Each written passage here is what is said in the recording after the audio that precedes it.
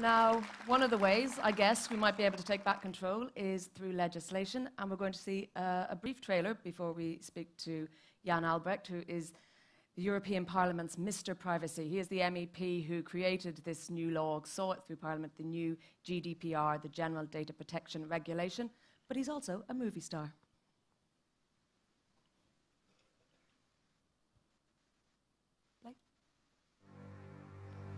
Many people say data is the new oil of the 21st century. So if you think about how oil has transformed our lives, data is going to do the same thing. Das wird der Knoten meines Lebens. Wenn ich da als Minister sitzen würde, würde ich auch jemandem zuhören, der keine Krawatte trägt. Es geht darum, dass sie eine Datenschutzverordnung verabschieden sollen. Data protection is a fundamental right, and the companies have the duty to explain what they do with our data. European citizens are concerned that their personal data may be misused. Datenschutz, den Unternehmen wie Facebook, Google oder Microsoft nicht zulassen wollen. Wenn die über diverse Webseiten tracken und ein Profil anlegen, dann geht es um mich. Am Anfang mussten wir erstmal klären, was wollen wir überhaupt machen bei dieser Datenschutzreform. Können wir das überhaupt? Schaffen wir das? Ein zu extremer Datenschutz kann dazu führen, dass es zu Nachteilen für den Bürger kommt.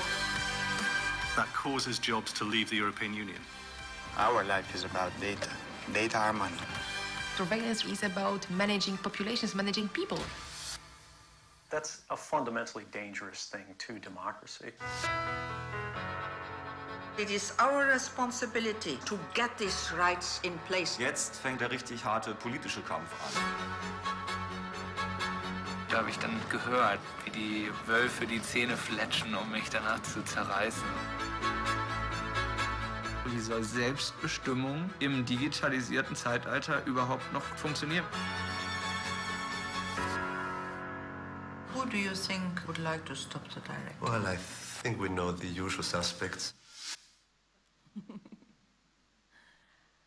Okay, now, Jan, I can see you, but you can't see me, which I'm sure is a metaphor for today. But I hope you can hear me. Jan couldn't make it in person, although he is a former student of the University of Oslo. Jan, first off, why is it important to have a new regulation? Shouldn't these companies be self-regulating? I don't think that there's ability to do only self-regulation in an environment of today, because we have so many different rules on personal data, and the companies can just pick those who are the nicest for them and can choose those countries where data protection authorities are weak. So therefore we have to do regulation, and we also have to do it because data protection is a fundamental right. We have a European Council's Human Rights, a Council of Europe Human Rights Convention, which is clearly stating the human right to privacy, and we have an EU Fundamental Rights Charter, which is explicitly mentioning the fundamental right to data protection. So there's no choice. The legislature has to protect this fundamental right. And what should we be more scared of? Should we be more scared of surveillance by governments, or is it this data tracking, which we've just heard explained, by private companies? I don't think that we can distinguish this anymore. That we have new technologies and a fully connected life. We have a worldwide network and infrastructure which is used by both companies and public authorities, or you could even say by even more. It's also used by private persons. It's also used by criminals. It's also used by so many actors, like civil movements, for example. So we have to take into account that this is not to be distinguished anymore. We have to protect fundamental rights horizontally. And if we would only do fundamental rights protection vis-à-vis the authorities, for example, it would be very easy for those authorities to just access the data which companies have collected, or to just buy what they have aggregated on us. And so they can make a difference between the different persons and say, for example, if they are police authorities, oh, we have a big data algorithm by a company which tells us that red-haired people are more likely to conduct criminal activity than others. So they take that into account when doing risk assessments. So we need to look at all these systems together, and we cannot distinguish so much anymore. But it's also that I think that we have to say the private companies are far more dangerous to our lives when it comes to infringements of data protection rules than it has been in the past, because today they are determining our capacity to take part in society, to be not discriminated by everyone. They have big portals where we enter markets, where we enter the job markets also, where we enter participation in democracy. And so the great, how they are respecting these rights is determining a huge part of our lives and our fundamental rights. Well, the GDPR, the law you worked on, was, as we know, one of the most heavily lobbied laws ever to pass through the European Parliament. Did that help you get an insight? Oh, he's gone. Are you still there? I'm there. It's all fine. Did that help you get an insight into what sort of rules these companies want to circumvent? Is there a sense that you now know your enemy better? I would say that these companies, and in particular internet companies who heavily lobbied, of course, they lived quite good from the uncertainty of the legal environment which we have today and which we had in the recent past. There's so many laws which are unclear if they are applicable to certain companies, if they are applicable to certain life situations, to certain processing activities. And of course, many are very fine with that because uncertainty always shows that they may be able to just do whatever they want because it's uncertain if they follow the law or not. And it's uncertain if somebody comes and really sanctions them. So, of course, they are heavily lobbying against every initiative which is trying to make this situation more clear, which is trying to better enforce the existing law. And that is exactly what we have aimed at with this EU regulation, to make existing laws and existing rights which are there are better enforced. But then, of course, it's also about the fact that many consumers want to have more control than they have today.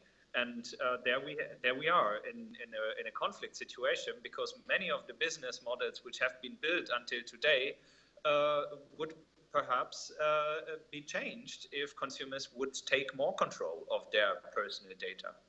Well, to play devil's advocate, wouldn't many of those companies say, but now you're stifling innovation?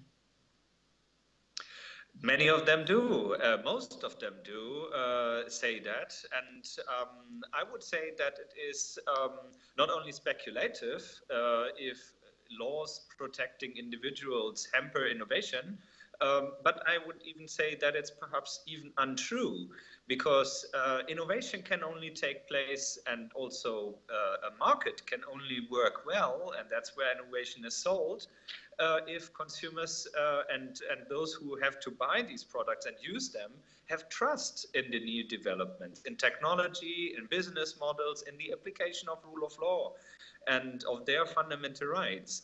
And therefore, I would say it's a precondition for innovation and for growth that we have legally certain, binding and high standards for the protection of consumers' rights and fundamental rights. And I would say that some of the companies have understood that, and they didn't say that. But some of the companies, of course, they still think that they live well if nobody really takes control, nobody really tries to get into their business.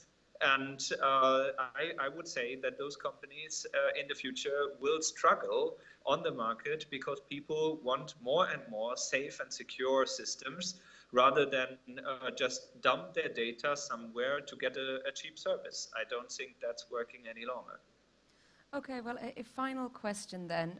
You mentioned uncertainty, so I will mention the elephant in the room, the big orange elephant on the far side of the Atlantic, and whether as much of our data travels to the US, whether you can expect things to get better or worse under Donald Trump's presidency. Well, I mean, we all know what he has as a profile as new president. We all know that obviously all of that is now played down by himself and his personnel, which he will appoint. So it's very uncertain and very unclear where a Donald Trump administration will head when it comes to consumer rights protection online, when it comes to data and privacy protection. It's very unclear. What I can say is that it is very sensitive at the moment because we will have another court case, for example, on the privacy shield, which just has been worked out because the courts have said that transferring data to the US is very complicated for Europeans, as there's many laws protecting Europeans in Europe. But if data is gone to the United States, these laws don't apply in full extent. And in particular, in the US, there are laws which are either not protective at all to any citizens or only protecting US citizens and residents. And that, of course, creates a huge problem. And a new administration will have to fix that even more. And they will have to also deliver for general privacy laws in the United States. That's a huge workload. And I just can hope that the administration, the new one incoming, and the new secretaries in commerce and in justice, that they take up this as a challenge and try to get closer with the Europeans.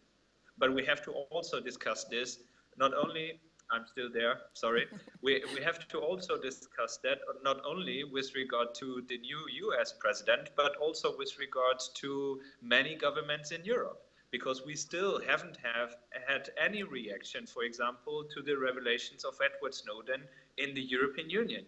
There's no law being changed. The only one is now in Germany for the intelligence service, and it's just rubber stamping the excessive surveillance practice which have been taken place in Germany. So we still have to do our change on our side too.